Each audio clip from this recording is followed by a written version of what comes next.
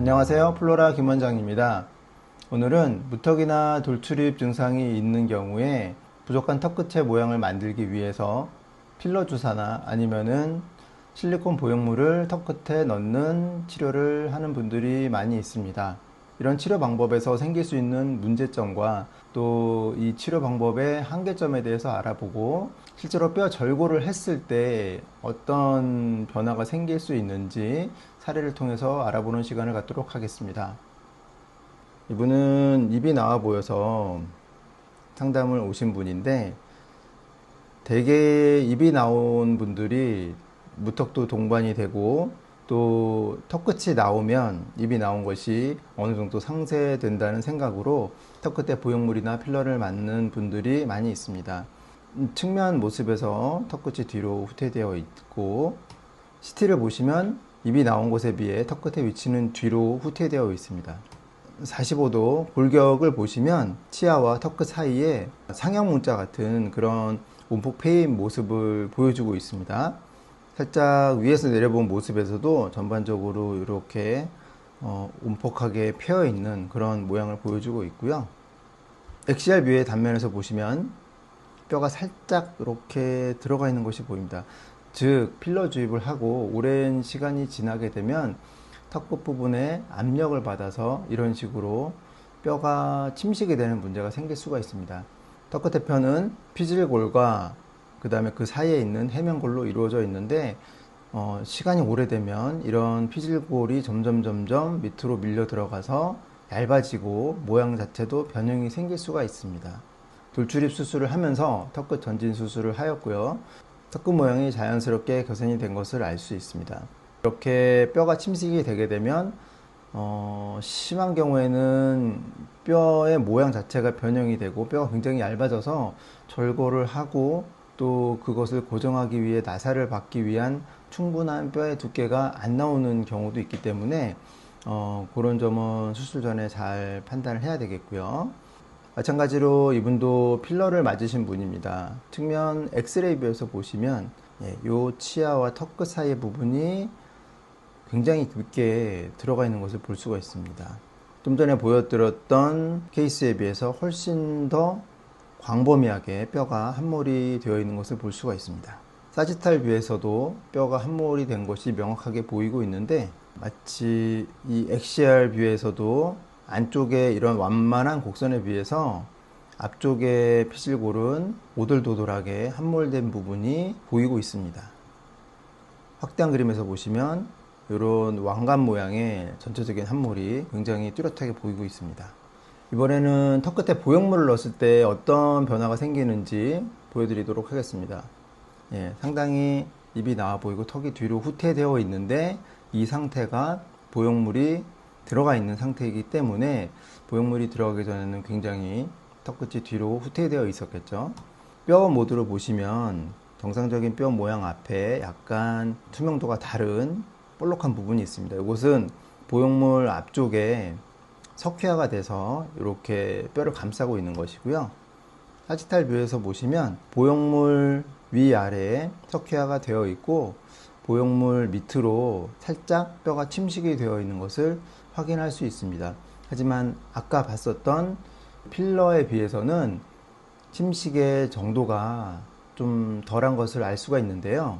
그 이유는 바로 우리가 턱끝에 사용하는 실리콘 보형물은 표면이 이런 식으로 좀 더 넓기 때문에 턱끝을 누르는 압력이 분산이 되기 때문에 뼈가 침식이 되는 양이 오히려 적은 것이고요.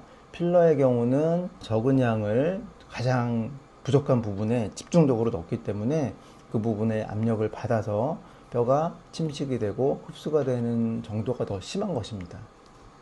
그래서 이분을 수술을 했고요. 안모가 훨씬 많이 개선이 된 것을 아실 수가 있고, 돌출입 수술로 입을 넣고 보형물을 뺀 위치에는 턱끝 전진술을 통해서 자연스러운 그런 턱선을 만들어 드렸습니다.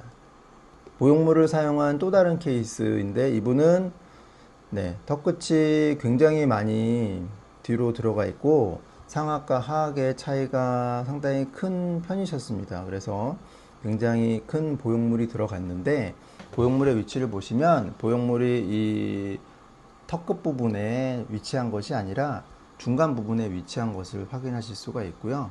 보형물이 딱 있어야 될 위치보다 약간 올라가 있는 것을 알 수 있습니다. 그리고 약간의 뼈 침식도 있고요.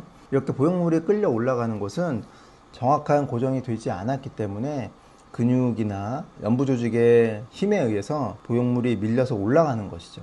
실리콘 보형물을 사용할 경우에는 나사를 2개 정도 이용을 해서 양쪽에 하나씩 정확한 위치에 고정을 해주면 보형물이 끌려 올라가거나 아니면 보형물이 회전을 하면서 비틀어지는 문제를 예방할 수가 있습니다. 하지만 무턱이 심해서 보형물을 큰 사이즈를 넣는 경우에는 이 CT에서 보시는 것처럼 전반적으로 받는 압력이 크기 때문에 뼈 침식이 광범위하게 일어나게 됩니다. 그래서 이분을 보형물을 제거를 하고 돌출입 수술과 함께 턱끝 전진 수술을 하였고요. 중요한 포인트는 이 우리 수술 전 사진과 함께 비교를 해보면 턱 밑 모양이 훨씬 더 잘 만들어진 것을 알 수 있습니다. 그게 무슨 얘기냐면 요 사지탈 CT를 보시면 설골에서부터 이 턱끝까지의 길이는 사람마다 정해져 있는데, 보형물을 넣었을 때는 턱 끝에 피부는 팽창이 되지만 요 턱 밑에 붙어 있는 근육들은 효과적으로 펼쳐질 수 없게 됩니다.